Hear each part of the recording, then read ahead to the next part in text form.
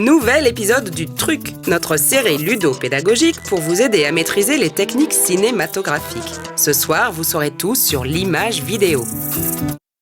Aujourd'hui, le truc s'intéresse à l'image vidéo, car nous devons l'admettre, cette technique envahit peu à peu la cinématographie. En voici donc quelques caractéristiques essentielles. Alors, au cœur de l'image vidéo se trouve le pixel. Ce petit carré lumineux qui est ici grossi 20 fois est l'élément de base à partir duquel on compose les images. Voici sa taille réelle pour ceux qui ont des bons yeux. Et voici un nuage de pixels. C'est le nombre de pixels affichables qui détermine la définition de l'image. En simple définition, dite aussi SD, deux standards principaux se dégagent. Le NTSC, standard américain, qui affiche 720 pixels en largeur par 480 en hauteur, soit 720 par 480 égale 345 600 pixels. Le PAL, standard européen, qui affiche 720 par 576 égale 414 720 pixels. La définition d'une image vidéo s'exprime en fait par ce produit hauteur-largeur, soit 720 par 576 pour le PAL. En haute définition, la fameuse HD, nous distinguerons donc le HD Ready, qui affiche 1280 par 720 pixels, et le Full HD, qui affiche 1920 par 1080 pixels, et dont d'aucuns prétendent qu'il s'approche de la définition cinématographique. Voilà. Mais revenons à notre pixel et parlons maintenant de sa couleur. Elle est obtenue grâce à la synthèse additive qui permet d'obtenir toutes les couleurs à partir de trois couleurs primaires, le rouge, le vert et le bleu.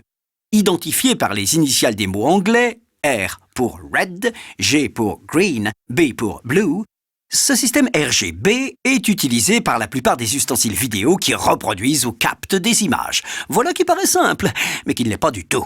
Car ces informations RGB sont trop volumineuses pour les tuyaux de diffusion ou les supports d'enregistrement. On a donc inventé toute une série d'astuces pour compresser le RGB, en voici les principales. Le YUV, dit aussi composante, qui décompose le RGB en une information de luminance et deux informations de couleur compressibles à volonté. Il reste très proche de la qualité RGB lorsqu'il est peu compressé. Le YC, dit aussi S-Vidéo, qui décompose le RGB en une information de luminance et une information de couleur. Évidemment, on y perd quelques couleurs, hein. Et le CVBS, dit aussi composite, qui compresse le RGB en une seule information. Inutile de vous dire que le RGB y est particulièrement maltraité, mais c'est pourtant ce type d'images qui vous parviennent en général par les voies hertziennes. Parlons enfin d'une autre particularité de l'image vidéo, la trame. Pour des tas de raisons historiques très compliquées, l'image vidéo traditionnelle est en fait composée de deux demi-images qu'on appelle des trames. Une première trame affiche toutes les lignes impaires de l'image, et l'autre, les lignes paires. Ainsi, si nous prenons l'exemple du format PAL, dont la définition est de 720 par 576 et qui prétend afficher 25 images par seconde, il affiche en fait 50 trames par seconde, dont la définition est 2 fois moins élevée.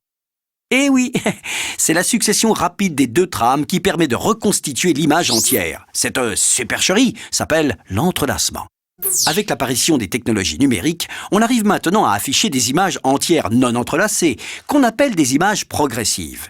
Mais la supercherie persiste, pour réduire certains coûts de fabrication par exemple. C'est pourquoi vous verrez apparaître sur les spécifications techniques du matériel high-tech les lettres P pour progressive ou I pour entrelacée, interlaced en anglais. Voilà. On récapitule. L'image vidéo est en fait un amas de pixels. Sa définition s'exprime en pixels par le produit de sa largeur par sa hauteur. Créée par synthèse additive du rouge, du vert et du bleu, compressée en de multiples formats pour assurer sa transmission, elle comporte parfois des trames entrelacées. À bientôt pour un nouveau truc.